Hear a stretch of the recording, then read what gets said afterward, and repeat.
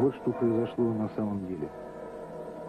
Сейчас вы увидите фрагменты допроса капитана милиции Северной Осетии, осетина по национальности Валиева, следователем по особо важным делам при Генеральном прокуроре Российской Федерации, юристом первого класса Комаровым. Главная цель была найти повод, чтобы разжечь этот конфликт. Для этого подбирались определенные люди, упор делалось на то, чтобы инициатива, якобы исходила с индийской стороны, что они начали, мы только защищаемся, наших сил не хватает, просим помощи России, и Россия доделывает дело.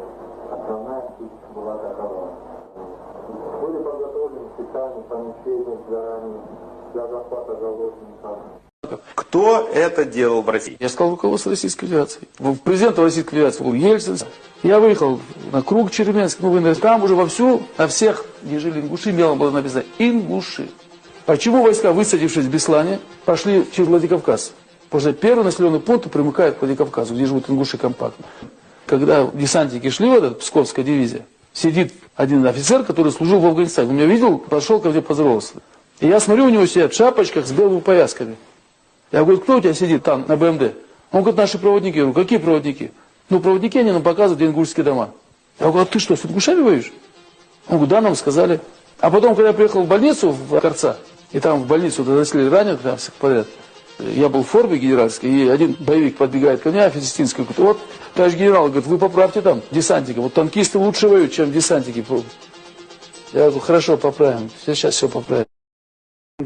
Мы обнаружили боевую машину десанта российских войск и БТР осетинского ОМОНа. Мы сняли двигатель, потому что если мы, это надо на заложников менять, если мы с двигателем их отдадим, то завтра эти машины пойдут против нас. Больше ничего не остается, а вот двигатель мы не отдадим, потому что технику мы вернем, на заложника поменяем. А у вас лично есть какое-то оружие? У меня есть вот этот вот нож. Но этот нож не уязвим для этого танка. Если он был бы уязвим, я танк взял бы. Но он неуязвим, что я с ним делаю. А так вот такой бронетехники у вас у ингушей на ингушской стороне практически нет своей? Не то, что практически, вообще нет. Вот она, то, что есть, это в бою добытое. Вот она, голыми руками, в принципе, добытое.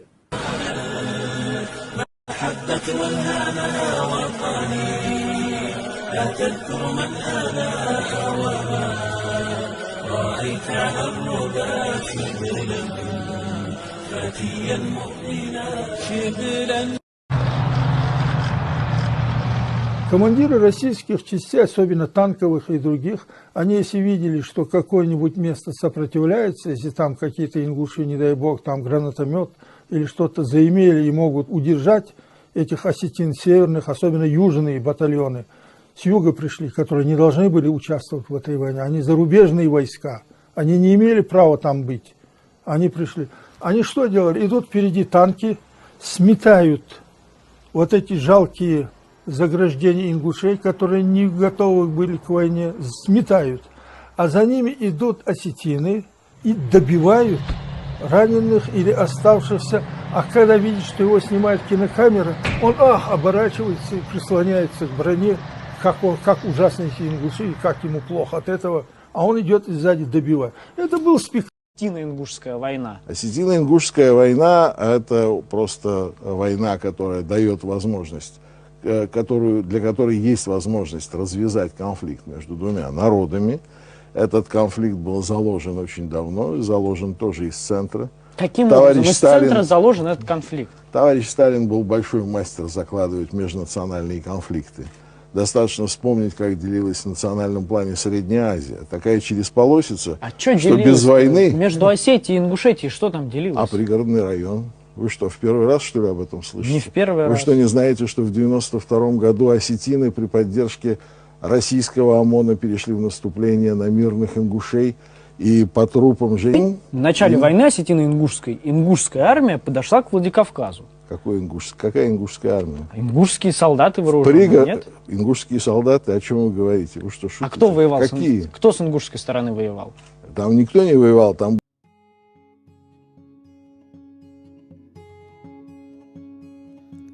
The moon and the pilot, how much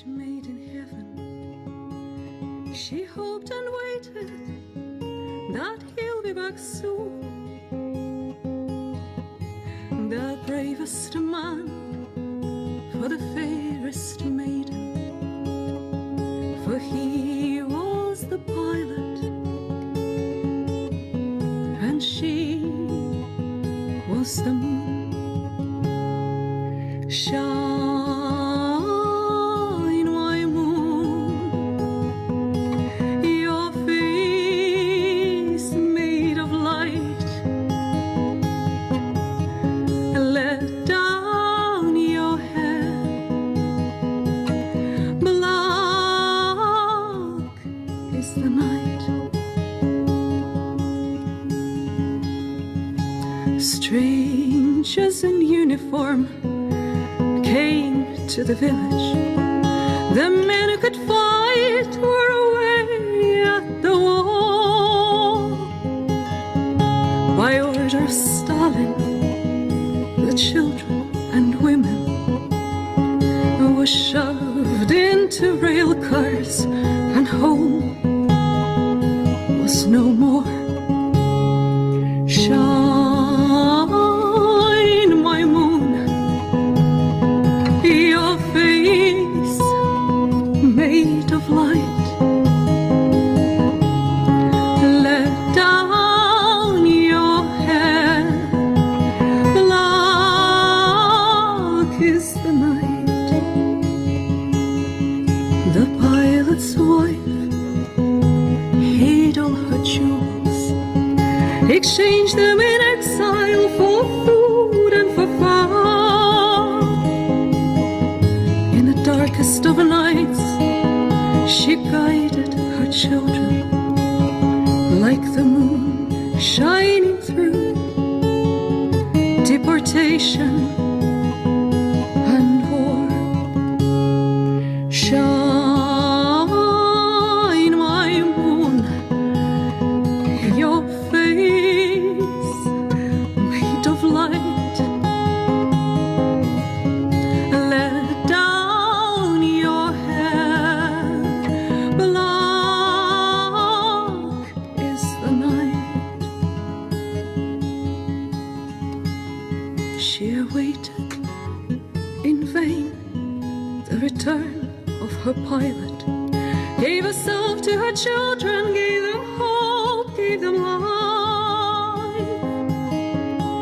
The fairest woman, the bravest mother, she was simply the moon.